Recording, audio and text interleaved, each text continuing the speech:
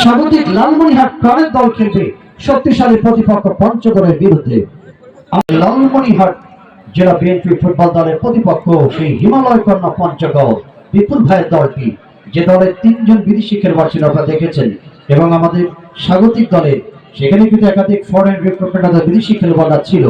তবে পরিবর্তন হচ্ছে অনেক জায়গায়, আরো ডেভেলপমেন্ট করবার জন্য টিমটাকে প্রতিপক্ষের বিরুদ্ধে সার্ভ করে জয়ের প্রত্যাশা নিয়ে অ্যাকোমোডেশনের কাজ কিন্তু করে চলেছেন উভয় দলের টিম কর্মকর্তাগণ। তবে সেই বিচার দিক থেকে, সেই বিশ্লেষণ থেকে যদি আমরা বলি যে আগামী শনিবার 23 তারিখ যে সেমিফাইনালে মাঠে হতে যাচ্ছে লালমনিরহাট জেলা বিএনপির প্রতিপক্ষ পঞ্চগড় জেলা বিএনপির সঙ্গে, উভয় দলেই একাধিক বিদেশি খেলোয়াড় জাতীয় দলের খেলোয়াড়দেরকে নিয়ে তাদের মধ্যে যে লড়াইটা হবে আমরা বলতেই পারি সেটা হচ্ছে ফাইনালের আগে একটি অঘোষিত ফাইনাল হতে যাচ্ছে সেমিফাইনালের লড়াইয়ের মধ্য দিয়ে।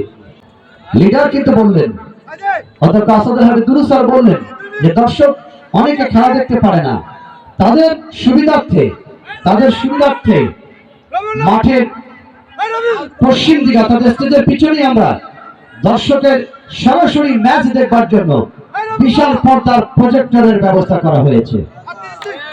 হ্যাঁ, তালি আসবে না, অনেকে খেলা দেখতে পারে না, এ কারণে আগামী শনিবারের ম্যাচে প্রজেক্টরের মধ্য দিয়ে বড় পর্দায় আমাদের এই মঞ্চের পিছনেই এই ম্যাচটিকে বাড়তি দর্শকের জন্য খেলা দেখার সুব্যবস্থা করে দিয়েছেন আমাদের লিডার। আমরা কি সারা জন্য তালি দেব?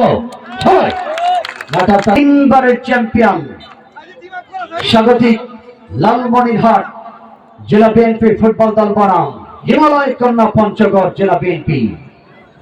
ওই দলে তো আপনারা দেখেছেন 3 জন বিদেশি, এবার স্বাগতিকের পক্ষে আরো সংখ্যা বেড়ে যাবে। লড়াই হবে শিয়ানায় আগামী 23 তারিখ শনিবারের সেমিফাইনাল।